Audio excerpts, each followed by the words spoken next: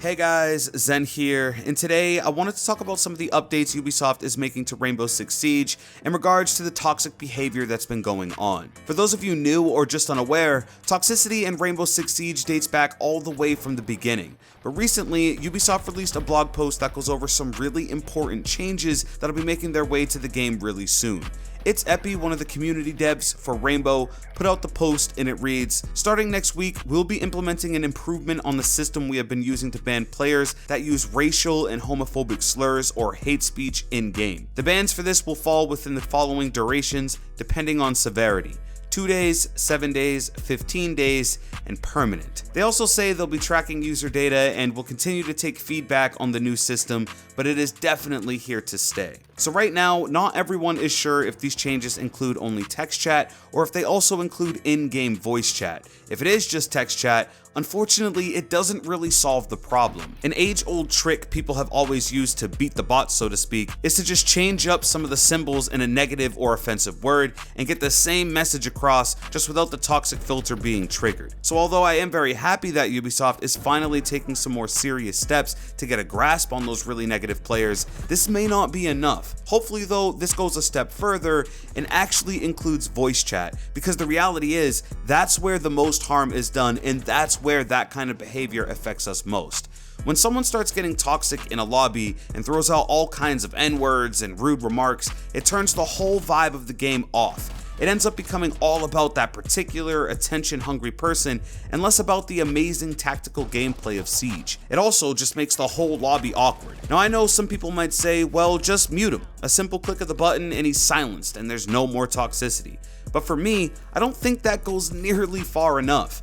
Not only does that inadvertently hurt your team because that's one less person giving callouts, it also usually won't make a difference to that person, because unless every single person in that lobby mutes him, he'll continue to seek attention and continue to irritate teammates. Of course, all this runs the risk of someone getting so mad and so uncomfortable that they just team kill the toxic player, or on the other side, the toxic player starts killing other teammates and it really just hurts the match. Now some players are convinced this only happens in casual, and that ranked players have a little more respect for the game. But as of recently, especially given that I am a solo queue player, I've been seeing it a lot. I actually recently joined a lobby, and within a minute of the prep phase, some guy says I need to stop with my positivity and shut the F up just because I said hi to my team. Literally, I joined the lobby, said hey guys, and was told to shut the F up, no need for positivity. This stuff happens, guys, and it is a complete buzzkill. The people who do it know this, and they try more and more to make you miserable, and all you're trying to do is play your favorite game. The real message this needs to send is that no matter what space online you're in, and especially gaming, being toxic is not okay, just because you can't be directly identified. I'm all for these changes, and honestly, people need to stop thinking they can just say whatever they want to whoever they want whenever they're online, and especially in gaming lobbies. I've made videos in the past about other games and the toxicity online, and there's always a group of people who leave comments and say that they no longer enjoy playing online because of it, and that's not okay. The head of Xbox, Phil Spencer, actually made headlines after he brought this topic up during his speech at the DICE Awards just a few weeks back. He was complimenting the Overwatch development team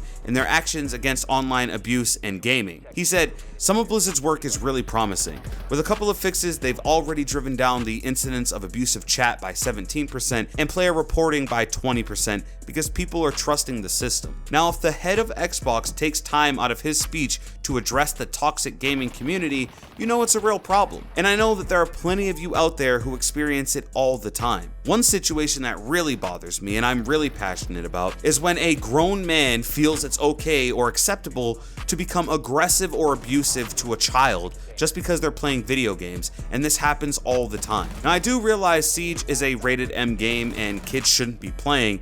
That is a fair argument, and that's also when you've got to question the parents in those moments. But otherwise, in really any other situation, an adult wouldn't belittle a child face to face, so it makes absolutely no sense online. Another point of interest here is the way the studio feels about friendly fire in Rainbow Six Siege, because I believe the game would be a lot less toxic if people couldn't kill each other on the same team. Now in the past, Ubisoft has said they are looking at other options of team killing and even the possibility of removing the ability altogether. Even though Siege is a realistic, super tactical shooter, I've never really seen the need of having team killing available, because no matter what, there will always be those people who just think it's funny or don't care about a 15-minute ban afterward. They also don't care if it's your Plat 1 rank up game. Nope, you said you're a Patriots fan, they headshot you. It's really annoying to say the least, and I think that Ubisoft should start looking even more into a fix for it, because as of now, yes, it is definitely a problem. For my time switching to PC, I will admit that team killing itself hasn't been as bad, but it is a rampant problem on console for sure.